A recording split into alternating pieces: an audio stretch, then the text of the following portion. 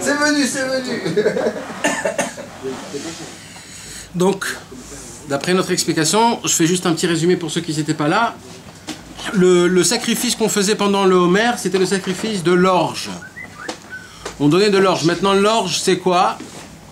On va dire c'est le deuxième degré de famille du blé. Mais l'orge, il est beaucoup plus dur à broyer que le blé. C'est donc la raison pour laquelle ce sont les animaux, les vaches, tous les animaux qui mangent l'orge. Parce que Dieu a fait une nature dans l'animal. C'est que l'animal, il rumine. C'est-à-dire quoi? Il rumine. Quand il avale, après il revomit tout ce qu'il a mangé pour remâcher ce qu'il a mangé et il le avale. Pourquoi? Parce que l'orge, il est très dur à être digéré. C'est pour ça que les hommes, normalement, ne mangent pas l'orge. Aujourd'hui, avec la modernisation qu'il y a, etc., on arrive même à broyer l'orge. C'est pour ça qu'aujourd'hui, on peut trouver du pain qui est fait de l'orge, etc. Mais l'orge en lui-même, normalement, c'est un manger d'animal. Et le sacrifice de pendant le Homer, c'est-à-dire le lendemain de Pessah, déjà le soir du lendemain de Pessah, tout de suite, on va sacrifier de l'orge. Et qu'est-ce qu'on faisait? On prenait des tiges d'orge et on faisait comme le loulav, on le mettait dans les quatre coins du monde, on faisait comme le loulav, et après on le sacrifiait dans le Beth Amikdash. Comme ça tous les jours on fait. Et qu'est-ce qui se passe à Shavuot? Dès qu'on termine le Homer, qu'est-ce qui se passe à Shavuot? Le premier sacrifice qu'on donne à Shavuot, vous savez ce que c'est? De pain. On passe de l'orge au blé. Comment va mon frérot? Bon, c'est-à-dire qu'on passe d'un niveau d'animal à un niveau humain. Juste pour vous faire rappeler, à Pessah, quand il y a eu la sortie d'Égypte, alors Akadosh Baruch Hu, il nous a fait faire descendre une lumière exceptionnelle, comme on a déjà dit dans plusieurs cours, etc. Une lumière qui en fait nous appartient pas. C'est une lumière, c'est un cadeau du ciel en vérité. C'est un cadeau, c'est Dieu qui nous a donné une lumière, mais une lumière vraiment, vraiment, vraiment exceptionnelle. Et c'est grâce à cette lumière-là, comment va mon frère David? C'est grâce à cette lumière-là qu'on a pu sortir d'Égypte. Si on n'aurait pas cette lumière-là, on ne pourrait pas sortir d'Égypte. Donc on est sorti d'Égypte. Dès qu'on est sorti d'Égypte, Dieu nous a repris cette lumière. Mais le problème, c'est que maintenant qu'on a goûté la lumière qui est exceptionnelle, on ne peut pas s'en passer. C'est comme une drogue. La première fois que tu as goûté, c'est terminé. T'es gravé au fer rouge. Alors, en fait, c'est ça qui nous a boosté. Grâce à cette lumière-là, on s'est dit, purée, qu'est-ce qu'il faut faire pour qu'on puisse avoir de cette lumière? Comment on fait? Et là, Akadosh Baruch Hu nous a dit, les gars, pour atteindre quelque chose, il faut d'abord avoir quelque chose de très important. Écoutez bien ce que je vais vous dire. Pour atteindre quelque chose, il faut d'abord le comprendre que j'ai besoin de lui. Si je ne comprends pas que j'ai besoin de cette chose-là, je ne peux pas l'atteindre. Je vais vous expliquer. Il y a beaucoup de personnes qui vont vous dire... on va leur poser une question, est-ce que vous voudrez ça, ou vous voudrez ça, ou vous voudrez ça? Et ils vont te dire oui, comme ça, ni plus ni moins. Ouais, pourquoi pas, oui, je vais étudier, je vais devenir un grand sadique, je veux ça, oui, pourquoi pas. Mais ils sont pas prêts de rien faire pour atteindre cette chose-là. Ils sont prêts à rien. Et ça, c'est un problème. אבא שלי העיוור, מי שיוכל לעזור, השם ייתן לכם פרנסה ובריאות, כולנו את החשמל. השם ייתן לכם, תעזרו לנו, ברכה והצלחה. תהיה בהרחבה, עסקו למצוות, פרנסה ובריאות. כך. תודה רבה. תודה.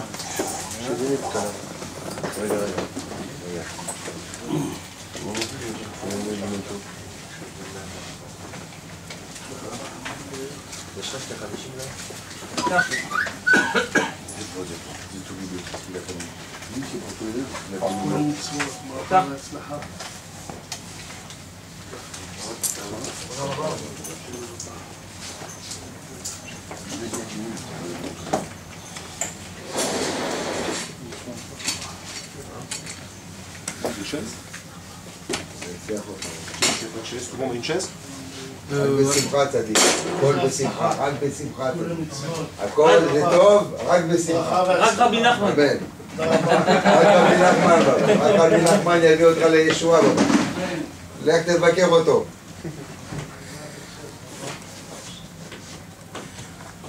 Bechavod, les pizzas, les amis, prenez. C'est pas pour faire, c'est pas pour regarder. Mais venez, on essaye de se. Ouais. Exactement. Tout le monde a un problème. C'est normal. C'est un bon problème.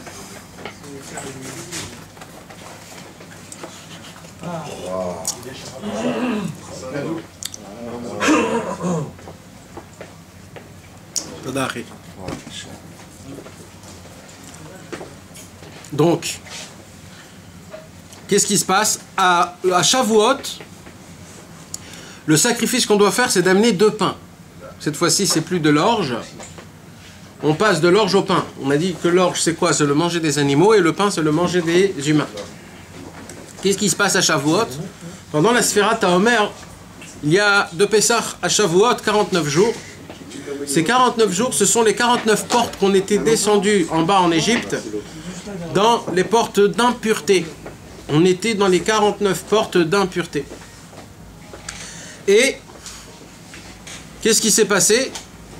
Pendant ces 49 jours, on essaye de monter de niveau, c'est-à-dire on essaye de se divorcer de ces mauvaises portes, des 49 portes d'impureté, pour monter dans les 49 portes de pureté. C'est comme l'orge. Exact. Maintenant, qu'est-ce qui se passe pendant ces 49 jours? Ces 49 jours, il faut savoir qu'on est des animaux. On est des animaux. Si on ne sait pas qu'on est des animaux, les gars, on ne peut pas devenir des humains. C'est normal, c'est comme ça. C'est ça ce que je vous explique. C'est comme par exemple, il y a quelqu'un qui va te dire « Tu veux être un homme ?» Il va dire « Oui, pourquoi pas ?» Ça ne me suffit pas, ça. Moi, je veux que quand je te pose la question si tu veux être un homme, il saute de joie et il te dit « Je suis prêt à tout pour ça, oui, vas-y !» S'il te dit « Ouais, c'est bien, pourquoi pas ?» ça veut dire que ce mec-là, il n'a pas très envie de changer. C'est pour cela qu'on dit que pour atteindre quelque chose, il faut savoir comprendre combien il me manque. Ça ne suffit pas juste de vouloir, tout simplement. Il faut le vouloir avec des grandes volontés, et il faut le vouloir avec vraiment des languissements et des volontés ardentes. C'est vrai, des mots de si, hein. Et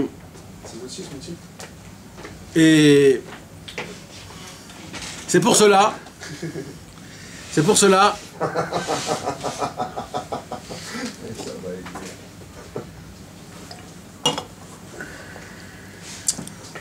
que pendant cette période-là du Homer, en vérité, on fait un passage, on passe du niveau animaux au niveau humain. Et pour cela, il faut le savoir comme quoi on est des animaux. C'est quoi les animaux? Quelqu'un peut me décrire c'est quoi un animal? Il fait ce qu'il veut quand il veut. Exact. Il fait ce qu'il veut, quand il veut, où il veut. Et le pire de tout ça, c'est qu'il n'utilise pas son cerveau. Il n'utilise pas son cerveau. Il fait ce qu'il veut, ce qui le tente dans sa tête. Ouais, s'il te plaît. Et un homme, quand il ne fonctionne que avec ses illusions, ce qu'il croit, soi-disant, important pour sa vie, ce qu'il croit, en vérité, il fonctionne par rapport à ses volontés, par rapport à ses désirs, à ses plaisirs. Son fonctionnement de pensée pense comme ça aussi. Quand un homme vit comme ça, c'est un animal. Quand un homme, il mange ce qu'il veut, quand il veut, où il veut, comme un goinfre, etc., c'est un animal. Quand un homme, il n'a pas de dose, il n'a pas de barrière, que lui-même se fait ces barrières-là, un homme comme ça, c'est un animal. C'est quoi un homme? Un homme, c'est quelqu'un qui sait se mettre des barrières. C'est-à-dire, il a des volontés, il a des choses qu'il a envie de faire, etc., etc., mais il se dit, moi je suis un homme, je ne peux pas me permettre de faire ce que je veux. Je suis un homme, un humain, et comment on dit, j'honore la personnalité que je suis.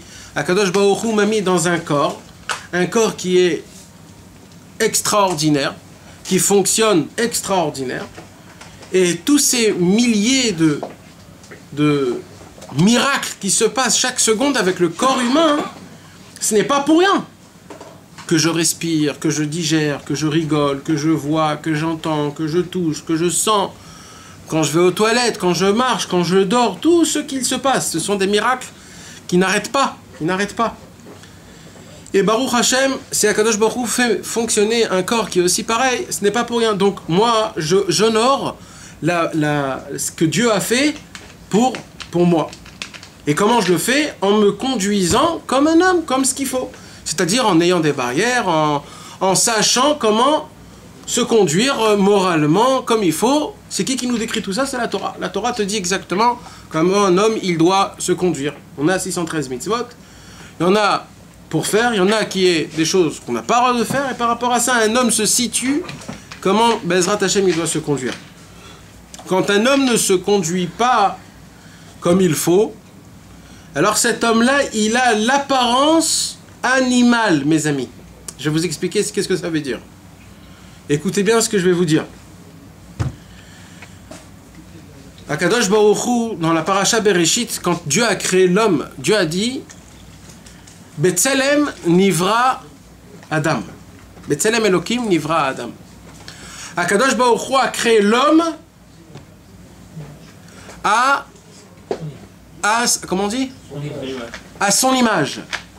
Ça veut dire quoi à son image? Ce n'est pas pour rien qu'on a 2 yeux sur la tête et un nez au milieu, une bouche en bas et 2 oreilles des 2 côtés. C'est pas pour rien. C'est pas parce que c'est comme ça que ça doit marcher. Dieu pouvait faire ça autrement. Akadosh Baruch Hu a créé et a dessiné l'humain car l'humain représente une apparence qui est divine, qui ressemble à Dieu, si on peut le dire. Ça s'appelle le Tselem Eloki. C'est quoi le Tselem Eloki? C'est l'apparence de Dieu. C'est quoi l'apparence de Dieu? L'apparence de Dieu, c'est tout ce qu'un homme fait en bas, il le dessine en haut, mes amis. Vous savez, la vraie vie n'est pas ici dans ce monde. La vraie vie se passe en haut dans le ciel. En même temps même, là, maintenant, tout de suite, dans ces secondes-là, qu'on est tous assis ici ensemble à Natania, et qu'on est assis chacun avec nos amis, dans le ciel, en ce moment-là même, dans un endroit spécial dans le ciel, on est tous exactement pareils. On est tous là, comme ça. Tous. Non, c'est une sorte de corps, une sphère qui est en dans le ciel. C'est pas les Neshamot. Qui reproduit tout ce qu'on fait ici. Ça n'a pas reproduit. C'est mamache comme ça. Ça veut dire c'est comme un homme qui a les poupées avec les fils. Alors ce qu'il fait, ça se fait tout seul, tout de suite. Ah, et c'est d'en bas que ça fait pareil qu'en haut? Alors ça dépend. Ça dépend si c'est des mitzvot, ça dépend si c'est des averot. Mais ce qui se passe, c'est qu'en fait... Tu veux dire qu'on est comme des marionnettes? Non. Mais je veux dire que ce qu'on fait en haut, ça se fait en haut aussi. Ce qu'on fait en bas, ça se fait en haut. Ça reflète. Ça reflète, c'est un miroir. Ok? Donc tout ce qui se passe en bas, et la vraie vie où elle se passe, les gars? Mais est-ce que c'est ce qui se passe en haut qui se passe en bas ou est-ce que c'est ce qui se passe en bas? Ça dépend. En haut? Hein? En haut? La vraie vie, actuelle, maintenant, tout de suite, tu y crois vraiment ce que tu dis? Non. Je te suis. Non. On vient pour être suivi. Alors en bas. Nous, on croit que la vraie vie se passe ici, Nahon, c'est comme ça, puisque c'est là où je choisis, c'est là où je crois, c'est là où je parle, c'est là... Mais en vérité, les amis, la vraie vie, c'est en haut, en vérité.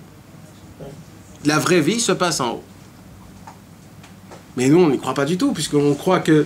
Mais en haut, dans le ciel aussi, on a le même sentiment. On a le même sentiment qu'on croit que c'est qu'en haut que ça se passe et qu'en bas, il n'y a rien du tout. Ah bon? Ouais. Parce qu'en haut, ils disent tout dépend de en bas. Et en bas, ils disent tout dépend de en haut. Vous avez entendu ce que je vous ai dit? Ouais, un complément. En vérité, eux, ils nous jettent la balle, et nous, on rejette la balle. C'est un ping-pong. C'est qui Nous? Hein? Parce que c'est notre image qui est en haut. Non, parce que quelqu'un, quand il parle de ce monde d'en bas, Ouais. en haut, il peut plus dire en bas parce qu'il n'y a plus rien en bas. En haut, c'est terminé. Quand il est mort en bas, c'est terminé. Mais en haut, ça parle en haut. En haut. Si moi, je te parle là maintenant, en haut aussi, je te parle à toi en haut. Tu comprends? Non, mais c'est les Neshamot qui se parlent ou il y a un voilà possible. C'est une sorte de Neshama, mais c'est pas les Neshamot, mais c'est une sorte. C'est exact, c'est le Tselem Eloki, ça s'appelle le Tselem Eloki. C'est l'apparence de Dieu qui est en haut, le reflet de Dieu qui est en haut, qui fait cette chose-là. Maintenant, ceux d'en haut, ils disent, nous on peut pas bouger parce qu'en bas ils ont pas bougé. Nous on fonctionne par rapport à ce qui se passe en bas. Et nous on dit, tout vient d'en haut. Si en haut ils ont rien dit, on peut rien faire. Et vas-y, ça se joue comme ça. C'est marrant que quand on a envie de faire quelque chose, on pose aucune question, on le fait tout de suite. Quand on veut sortir, quand on veut aller en vacances, c'est quand on veut commencer à faire des choses un peu, on va dire, spirituelles et qu'on veut avancer. Écoute, on attend, hein, c'est le ciel, bah, il faut attendre. D'un coup, on pense à en haut. Quand on veut faire des choses à nous, on se dit, allez, vas-y, tic-tac, on le fait tout de suite. C'est comme ça. Maintenant, la question ne se pose pas qui est-ce qui influence qui. C'est pas ça qui se pose la question. La question qui se pose, c'est quand j'ai fait quelque chose. Par exemple, si Chas v'Shalom, j'ai fait quelque chose de mal. Dans le ciel, le mal ne se traduit pas comme ici le mal. Je vais vous expliquer. Le mal dans le ciel, il se traduit ici dans ce monde, les répercussions, comme si que je prends un couteau et je poignarde quelqu'un. Qu'est-ce qui se passe? La police, le traloued, les trucs, ça, et vas-y, le mec qui rentre en tôle, et les problèmes, etc., etc. C'est direct vu ici. Dans le ciel, quand tu fais un péché, comme tout est spirituel dans le ciel, les répercussions sont tout de suite. Quand un homme, Chas v'Shalom, il voit une femme, et qui pense, par exemple, Chas v'Shalom, il désire de cette femme, il ne crée pas, il accomplit. La pensée, rien qu'à la pensée. Rien qu'à la pensée. C'est-à-dire un homme, dans le ciel en haut, il peut violer une femme en un clin d'œil. Il a juste pensé, il a eu un truc, en haut dans le ciel, ça s'est fait. C'est quoi la répercussion? C'est ça la répercussion. Tu violes des femmes, des centaines de femmes sans que tu le saches en une seule journée tous les jours. Tu peux voler 1 milliard d'argent tous les jours à 1 milliard de personnes. Tu fais du mal. La pensée en haut dans le ciel, la pensée, pas toi, quelqu'un d'autre. La pensée dans le ciel, c'est l'action. C'est pour ça qu'il y a écrit Irurin, Kashin, Me'avera. Dans le ciel, les répercussions sont tout de suite, ça va direct. Maintenant, la question qui se pose, c'est et alors? Ok, on va dire que j'ai fait ça. Et alors? Comment ça se passe? Alors, vous savez, c'est quoi le Inyan, mes amis? Et ça, il faut le savoir. C'est important de savoir ça. Le problème, c'est que, en vérité, tout est influencé, tout est... En vérité, nous, on influence l'en haut. Et en haut, on influence le bas. En vérité, ce sont des vagues, ce sont des ondes. Des fois, ça part d'en haut, des fois, ça part d'en bas. C'est équipé, Chamon. Ah, c'est beau.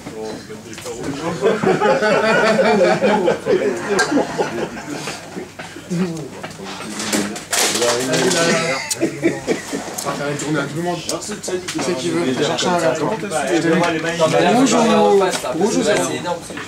Alors, j'arrête.